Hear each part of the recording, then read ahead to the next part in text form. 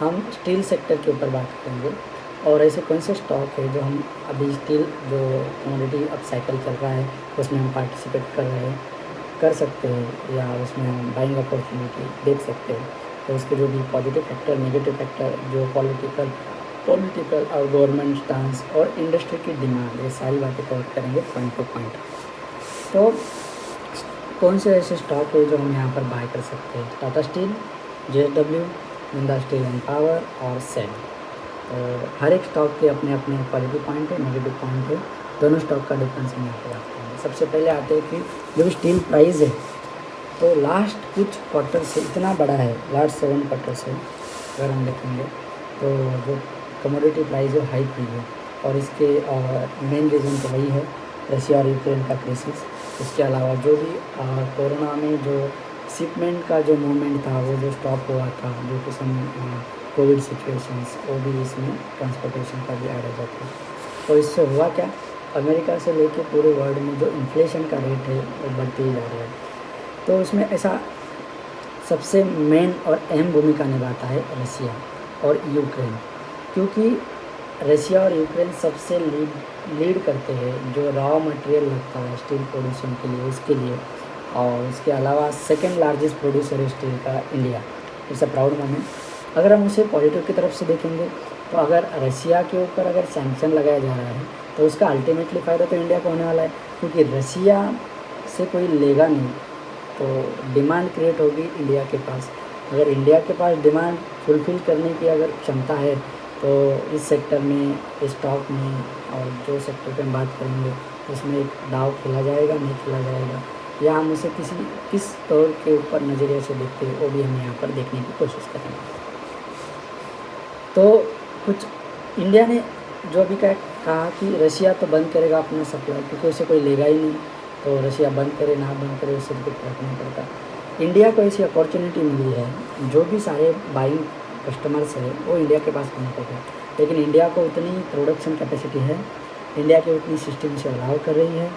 तो इंडिया की गवर्नमेंट उस पर क्या स्टेज, किस मोड पे खड़ी है। तो सबसे पहले आता है कि इंडिया की जो गवर्नमेंट है, इंडियन गवर्नमेंट, उन्होंने सबसे पहले क्या किया, FDI का जो इन्वेस्टमेंट था वो 100% कर दिया। डायरेक्ट इन्वेस्टमेंट भी कर सकते हो, इनडायरेक्ट इन्वेस्टमेंट भी कर सकते हो आप किसी स्टील सेक्टर में या कमोडिटी सेक्टर में। तो ये अच्छी बात है, ये हो गया प्लस पॉइंट इस सेक्टर के लिए इंडिया की नज़रिए से। गवर्नमेंट पॉजिटिव है, गवर्नमेंट सिस्टम भी चेंज कर रही है। गवर्नमेंट में कुछ पॉलिसीज लाई है जिसे नेशनल स्टील पॉलिसी कहा जाएगा या स्टील स्क्रैप रिसाइकलिंग पॉलिसी कहा जाएगा। कुछ PLI स्कीम भी गवर्नमेंट ने अनाउंस की है स्पेशलिटी स्टील के लिए। तो जो सिस्टम की बात हम कर रहे थे, जो क्षमता की बात हम कर रहे थे, अगर ये सारी गवर्नमेंट इतनी सुविधाएं दे रहा है कंपनियों के लिए, प्राइवेट कंपनियों के लिए, उस सेक्टर में जो भी काम करेगा उसके लिए, FDI के लिए, इन्वेस्टमेंट के लिए, तो ये बहुत ही पॉजिटिव पॉइंट है इस सेक्टर से लेकर। और कुछ आंकड़े हैं, अगर हम देखेंगे कि जो नेशनल स्टील पॉलिसी है उनका कहने का है कि अभी इंडिया जो पर कैपिटा स्टील है वो कंज्यूम करता है 74 kg 2018-19 में।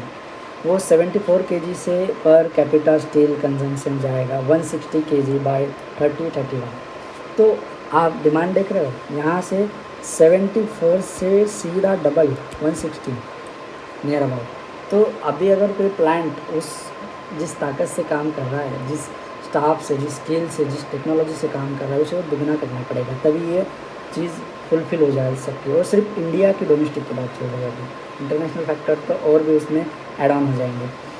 अगर एनुअम की बात करेंगे तो 140 मेट्रिक टन पर एनएम हमें स्टील लगता था 2018-19 में, वो 300 मेट्रिक टन पर एनएम हो जाएगा 2030-31 में। तो ये जो इंडस्ट्री ग्रो करने वाली है ये CAGR कर से 35% से ग्रो करेगी और इसमें कैपेक्स जनरेट हो रहा है। अभी कैपेक्स का मतलब क्या होता है कि अगर आप मान लो कि 100 पीस बनाते हो किस चीज़ का, आपको पता है कि डिमांड इतनी डबल हो रही है, तो आपको एक प्लांट से तो ये पूरी डिमांड कंप्लीट नहीं हो जाएगी, क्योंकि 100 से 200 का आपको प्रोडक्ट बनाना है। तो इसी कारण जो दूसरा प्लांट डालने के लिए जो खर्चा आएगा, कंपनी जो इन्वेस्टमेंट करेगी in the land, in the format of staff, skill, technology, तो ये कैपेक्स जनरेट करेगा, जॉब प्रोवाइड करेगा, गवर्नमेंट को भी ईजी हो जाएगा उसमें। तो ये सारी चीज़ें कैपेक्स इंक्रीमेंट हो जाएगी। अभी पॉजिटिव फैक्टर देख लिए, नेगेटिव फैक्टर क्या है कि रशिया और यूक्रेन का जो वॉर चल रहा है उससे सैंक्शंस आया रशिया के ऊपर, लेकिन रशिया ऐसी कौन सी चीज़ सप्लाई करता है जो इससे स्टील प्रोडक्शन में और भी डिमांड आ सकती है प्राइस हाइक में रॉ मटेरियल के। तो कोकिंग कोक करके एक रॉ मटेरियल होता है जो अहम भूमिका निभाता है स्टील प्रोडक्शन में, तो वो सप्लाई करता है रशिया और यूक्रेन। रशिया सबसे आगे, और दोनों भी कंट्रियाँ जो manufacturing of the steel and export of the steel इसमें लीड करती है। अभी इंडिया अगर यही बंद हो गया तो ये जो 85 जो भी लीडिंग वाले डिमांड है वो इंडिया की तरफ आएगी, क्योंकि India second largest steel producer है और 85% ऑफ रॉ मटेरियल यानी कि कोकिंग कोक वो इंपोर्ट करता है दूसरे कंट्री से। सबसे पहले तो यूक्रेन और रशिया से, उसके बाद आता है ऑस्ट्रेलिया से, लेकिन ऑस्ट्रेलिया के पास डिमांड कंप्लीट करने के लिए इतनी बड़ी माइनिंग और इतना बड़ा सोर्स नहीं है। तो ये जो इसी कारण स्टील की जो प्राइस है वो बढ़ती जा रही है, क्योंकि स्टील प्रोड्यूस करने के लिए रॉ मटेरियल लगेगा। रॉ मटेरियल तो रशिया से डायरेक्टली सैंक्शन की वजह से बाय नहीं कर सकते, प्राइस बढ़ते ही जा रही है। अगर उस वहाँ से बाय नहीं कर सकते तो बनाने के लिए तो कोकिंग कोक लगेगा, तो वो कहाँ से लाए। तो इसीलिए स्टील की प्राइस दिन ब दिन बढ़ती जा रही है। अभी ये सैंक्शन हो गया, ये सब हो गया, लेकिन हम स्टील प्राइस की ओर से थोड़ा सा नज़र डालते हैं। जो भी हॉट रोल कॉइल होता है जो बेसिक है स्टील का, उसकी 64 to 65,000 पर टन के हिसाब से प्राइस चल रही है, दिसंबर में चल रही थी ये प्राइस। अभी ये मार्च एंड में अगर उसी हॉट रोल कोल की प्राइस हम देखेंगे तो 68 से 9 से बढ़ चुकी है। अगर आप कंपैरिजन की बात करेंगे तो 4,000 से बढ़ चुकी है, लगभग 8% से इंक्रीमेंट हुआ है। तो ये भी बहुत स्टील इंडस्ट्री को मैन्युफैक्चर करने के लिए कैलकुलेशन में लेता है। कई एक्सपर्ट का मानना है कि ये जो प्राइस है 76 से 77 तक जा सकती है, क्योंकि आगे आने दिनों वालों में जब ऑटोमोबाइल हो गया, कंस्ट्रक्शन हो गया, कंज्यूमर गुड्स हो गया, रियल इस्टेट में हो गया, हाउसिंग अप्लाइंसेस में हो गया, इसका और भी डिमांड बढ़ेगी तो प्राइस और भी बढ़ेगी। ये कुछ ग्राफिकल रिप्रेजेंटेशन लाया था मैं आपके लिए। तो सबसे पहले पॉजिटिव पॉइंट देख लिया, नेगेटिव पॉइंट देख लिया, गवर्नमेंट का स्टांस देख लिया, कैपेक्स साइकिल का मीनिंग देख लिया। अभी कौन से स्टॉक है जिसका कंपैरिजन हम यहाँ पे देखेंगे। टाटा स्टील तो सबको पता है, JSW steel, Jindal steel and power and SAIL. अगर मेरा फेवरेट का स्टॉक देखा जाएगा तो जिंदाल स्टील एंड पावर है। इसके कई सारे रीज़न हैं, मैं पहले से हाईलाइट कर रहा हूँ उसे, क्योंकि अलग वीडियो बनाने से अच्छा है कि इसी में उसे ऐड ऑन करते जाओ जिंदाल स्टील के ऊपर पॉजिटिव पॉइंट। तो अगर हम यहाँ पर मार्केट कैपिटल देखेंगे तो सबसे ज़्यादा मार्केट कैपिटल JSW स्टील की है। JSW स्टील की मार्केट कैपिटल 178 से है और 167 से टाटा स्टील सेकंड पे आता है, थर्ड पे जिंदाल स्टील है और सेल फोर्थ पे है।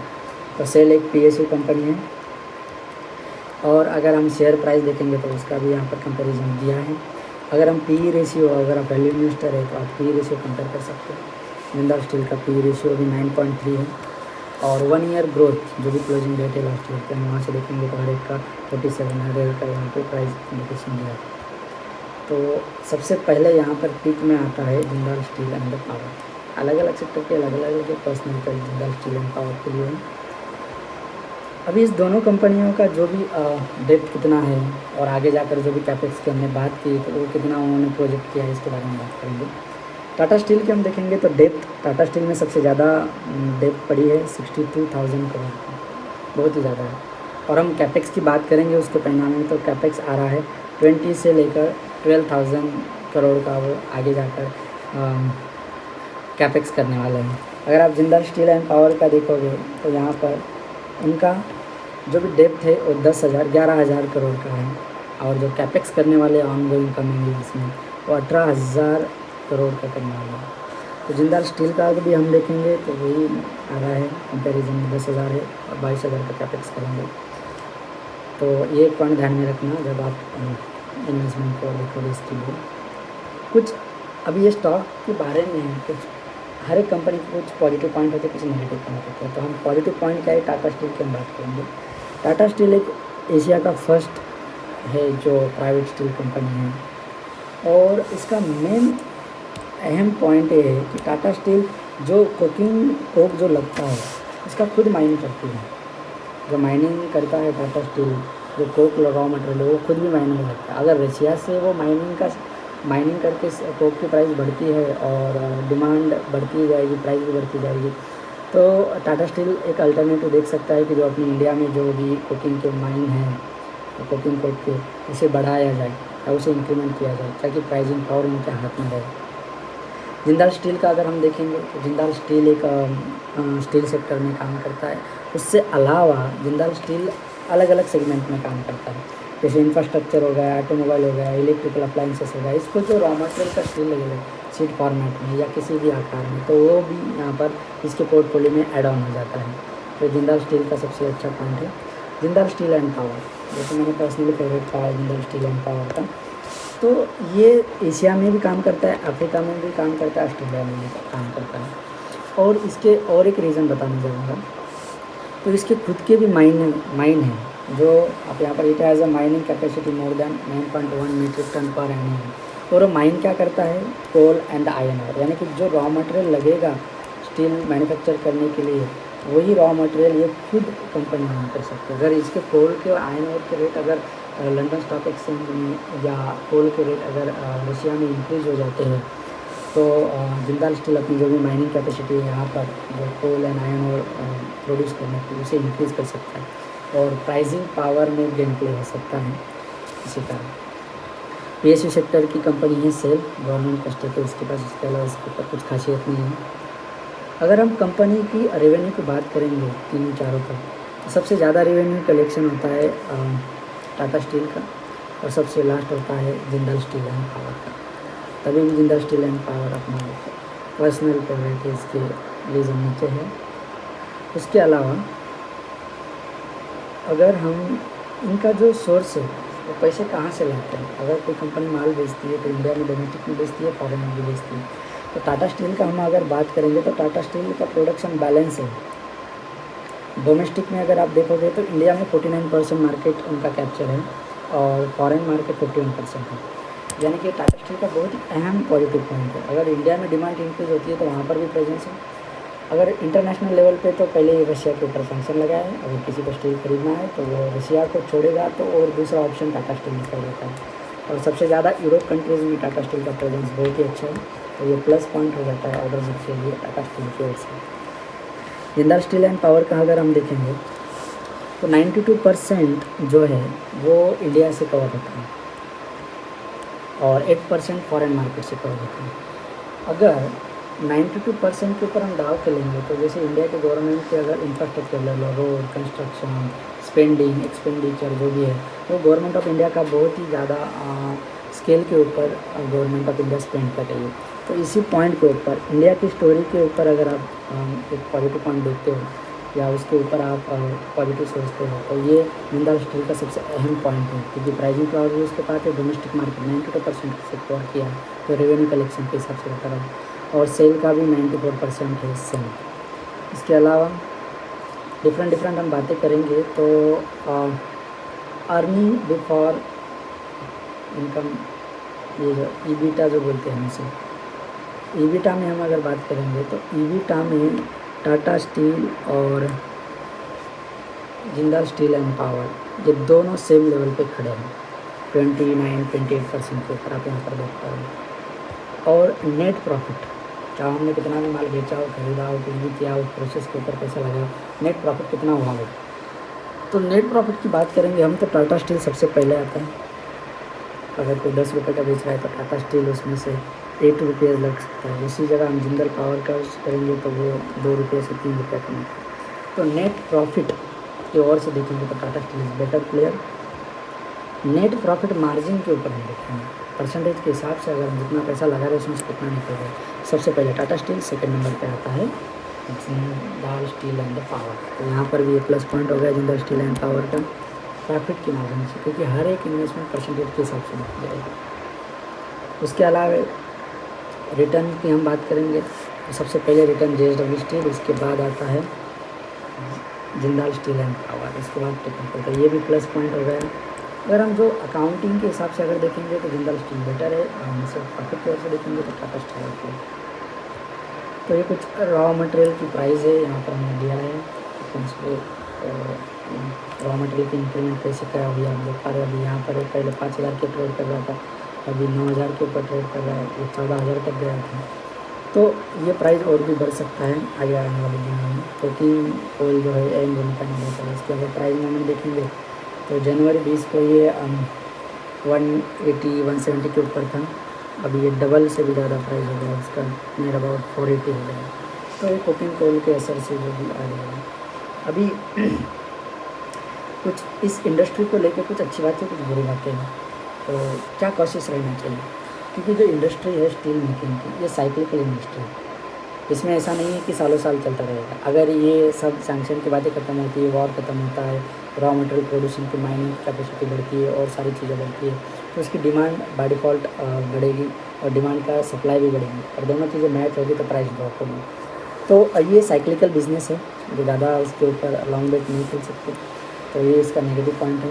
अगर इकोनॉमी चेंज हो जाती है, सडन जो पॉलिटिकल टेंशन बढ़ जाता है, पॉलिटिकल टेंशन इंप्लीमेंट हो जाता है, उसके बाद सेकेंड पॉइंट है जो रशिया का इन्वेंशन है और डिस्टर्ब कर रहा है सप्लाई चेन से लेकर। Crude steel is produce secondary steel market एक ये है। तो रशिया और इसके ओपोनेंट जो पॉलिटिकल टेंशन है। आयरन ओर की जो प्राइजें है लंदन स्टॉक एक्सचेंज में, वो दिन ब दिन इतनी वोलेटाइल होती जाती है, कभी नीचे कभी ऊपर। तो ये एक अनसर्टनिटी वे से वर्क कर रहा है।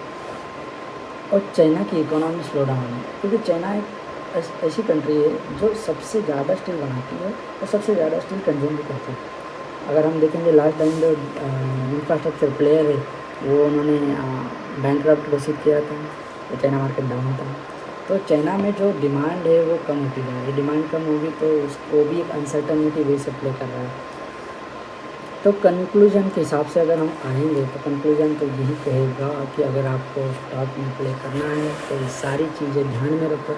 ध्यान में रखने से लॉन्ग टर्म जो भी प्राइस बढ़ता है, रशिया यूक्रेन का जो वॉर है उसका इम्पैक्ट, तो जो रॉ मटेरियल लगता है जैसे कोकिंग कोल, उसका सप्लायर इंडिया में कौन कौन से माइन करता है, कौन कितनी की कैपेसिटी कौन सी, आप उसको खुद रिसर्च करो, कमेंट करो, हम भी उसके रिकमेंड करेंगे।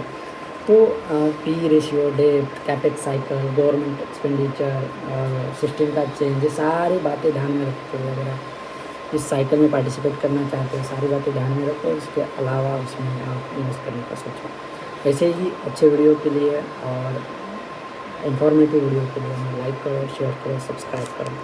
Thank you, have a nice day.